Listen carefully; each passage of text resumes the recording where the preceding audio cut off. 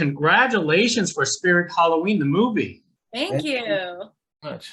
It is a very fun movie, and I never realized how someone could actually make an entire story around a Halloween store, but you guys managed to do that. So let me start with this. What initially attracted you to this project? I'll start with David first. Oh man, yeah, I think upon the first read, it just hit me. It felt like a classic PG adventure, you know what I mean? And I have a big heart for those memories of watching films when I was the right age to watch them. There's something, it just reminded me of so, I mean, I don't want to call out certain movies. There's a lot of movies that we all love and have referenced here, but it's just the feeling of, there's something about the honesty or what am I trying to say? It just felt genuinely like a movie for a younger audience. You know what I mean? I feel like this like Stranger Things has really brought this kind of throwback horror vibe into the into everybody's radar.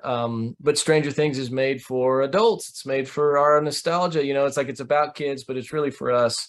And this movie felt kind of genuinely like an old school PG adventure film, and you just don't see a lot of those anymore. And I feel like I was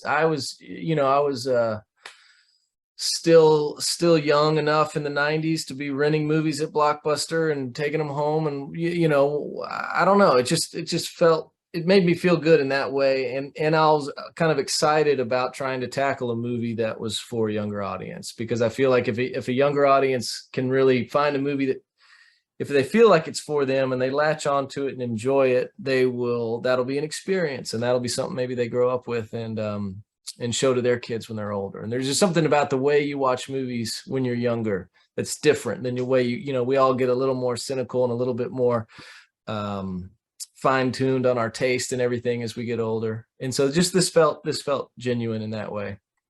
Most excellent. Let's start ladies first. Marissa. Yeah, kind of piggybacking off of what David said,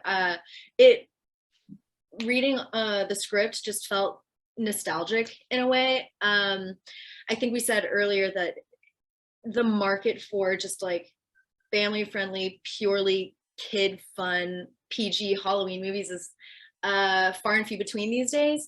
So yeah, it just felt like a really fun thing to fool around for a month, prancing around in a Halloween store. Like, who wouldn't want to do that? Like, that's an awesome thing to do. So it just felt feel good fun to me. Dylan.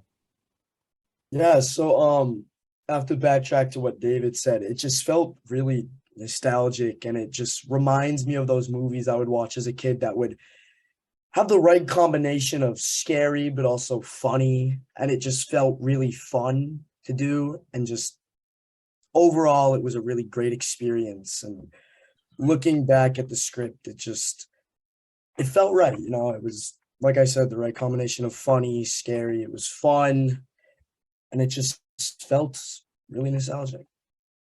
Great. David, it's funny is because Hollywood has made several movies before about people being locked in the store. I think I remember Jennifer Connelly back in the 1990s being locked in a Target or something like that, and Natalie Portman being locked in a Walmart. How much fun did you actually have commandeering a Spirit Halloween store in this case? Well, I mean, it's a pretty ripe environment, you know what I mean? And I think that's every kid's fantasy at some point, to be in some sort of retail place, especially if it has a bunch of stuff you like without any supervision. I mean, the boys were bugging me the entire shoot to shoot this montage scene where it's it's early on in the movie when they first have gotten away with it, and the store is locked up and they're on the inside, and they just get to play. They just get to take all the stuff down and play with the swords and run around the back alleys of the store and push each other in carts. And I just feel like that's such a fairly universal kid fantasy. So I think it's just fun. I mean, I'd love to point out Billy Bates, who wrote this thing. She wrote it several years ago, and she is Australian. Halloween was never a huge thing when she grew up in Australia, but coming here and starting a family, I think she was really fascinated with how big Halloween is here in America. And her kids were obviously infatuated with Spirit Halloween, and she wanted to write a story that they would like. But it really came, I think a lot of people assume right out of the gate, because this has a franchise stuck on the title, that it was invented in a boardroom or something. But it was kind of written by a fan and a mom, and she's been really great to collaborate with. But the store, I mean, let's see, your question was about the store. That was the biggest challenge of this thing is, we had very limited time. We had limited resources. There's so much, it's literally a candy store of opportunity. Just the ripe environment of all of these props and characters and things that could happen in the store. And we tried to riff on as much of that as we could. I mean, as it started to take a shape and take a life of its own, the script, we kept revising it along with Billy to say, okay, here are opportunities. Here's what we can do. How do we do this? How do we do that?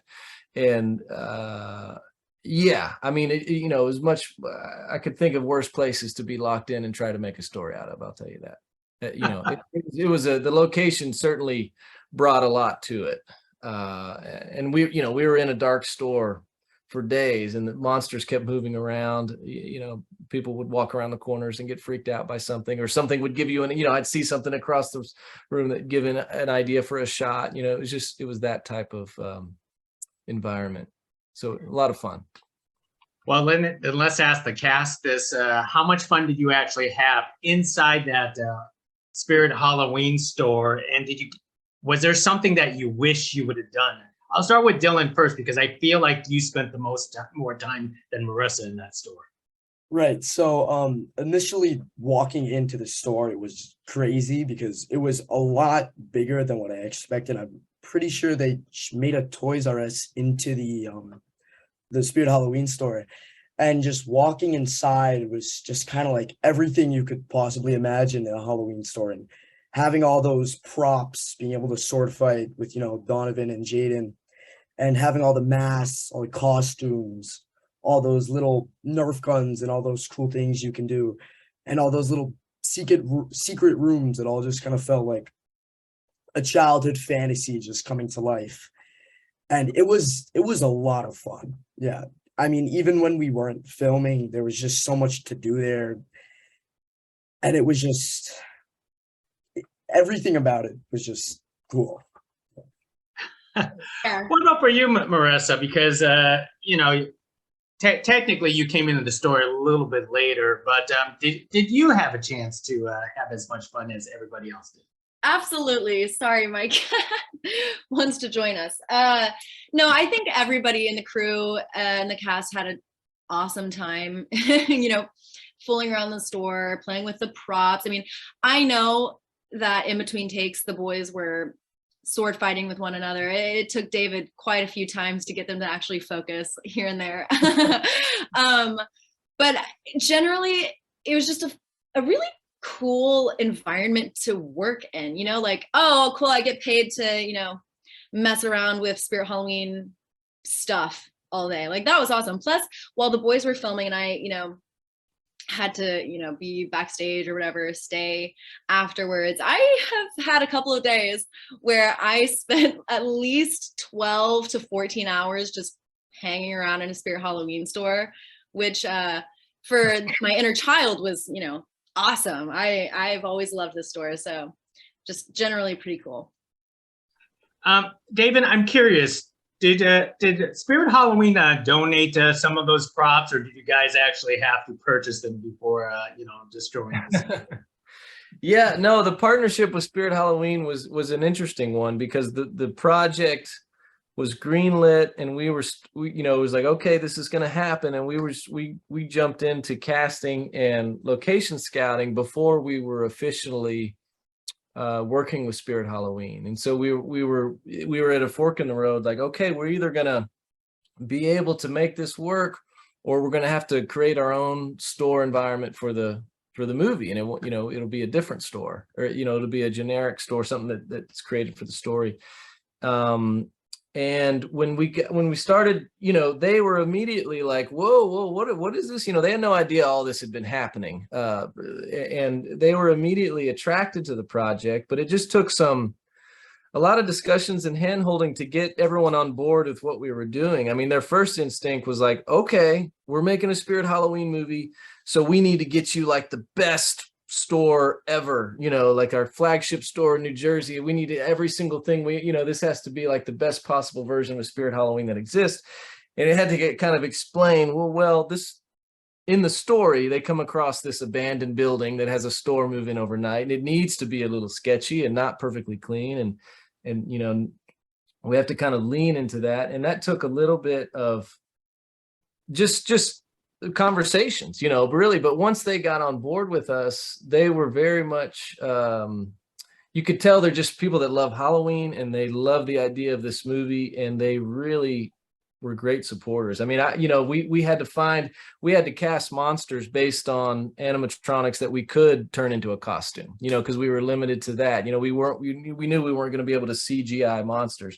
And so I was working with Spirit Halloween on, okay, let's look at all your animatronics, who can work. And we really fell on Mr. Dark and Buzzsaw and Nightcrawler. And Nightcrawler was the best option to go into the cave, but their monsters are seasonal. They kind of phase them in and out, and they had to scour. They said nationwide, they came up with 2.5 Nightcrawlers, and that's all. And so it was like one of them we converted to the costume, one was in the store, and then we had a box of Nightcrawler parts for the burn scene, and that was all they could find. And so they were very nervous about it. And now they're like, oh my gosh, we're gonna have to get Nightcrawler back because now he's in the movie, but they really did a lot of that on their end because they were excited about it. So they were really great to work with. As far as financially, I that's above my pay grade. I think there was some sort of partnership, but it really felt like a collaboration, and they were, they're obviously featured in the movie quite a bit, but there was no sort of heavy-handed, oh, we have to see this or don't see that, or product placement. It all happened organically because that's where we were shooting. Most excellent. Well, let me wrap it up with one last question, and I'm going to aim this for the teens, because how both of you are kind of in that age group where either Halloween is for kids or Halloween is for adults. Where are you two leaning towards in the spirit of Halloween now these days? Let's start with you, Dylan, and we'll give Marissa the last word. So I don't think Halloween is for kids or adults. I think it's for whoever wants to celebrate the holiday and enjoy it. And, people spend it different ways. Some people go to parties, some people, trick or treat. It's kind of whatever makes you feel like you're in the Halloween season and you're, celebrating the holiday however you want. It's not for a specific age group, I'd say. And, it's stereotypical that, oh, only kids trick or treat. And, like my character would say in the movie, oh, that's babyish, you shouldn't do that. I don't agree. I think it's whatever you want to do, whatever makes you feel like you're in the holiday. Marissa, last word. Dylan, that is an amazing response. I'm so impressed. I completely agree with Dylan. I don't think it is for any specific age. I think, kids have a great time dressing up as their favorite princess or superhero or whatever they want to be. And, getting candy, of course, is amazing. But, even as adults, it's kind of like Christmas. It just makes you feel like a kid again. And that is an amazing thing that I think everybody who wants to participate should, it's awesome. I, for one, will always be dressing up as my favorite princess or superhero for the rest of my life. I'm just telling you that right now. I love dressing up. It's my favorite thing to do. I mean, if you have an opportunity to dress up and eat candy, why not do it, That is true. I think in the wise words of Simon Pegg, he loves his job is because he pretends and dress up as other characters. Yep. Yes. So everyone, thank you very much for speaking to us about the Spirit Halloween, the movie. I could tell you guys put your heart and soul and had a lot of fun on this project. And hopefully more is to come. Thank you very much. Thank you so much. Thank you.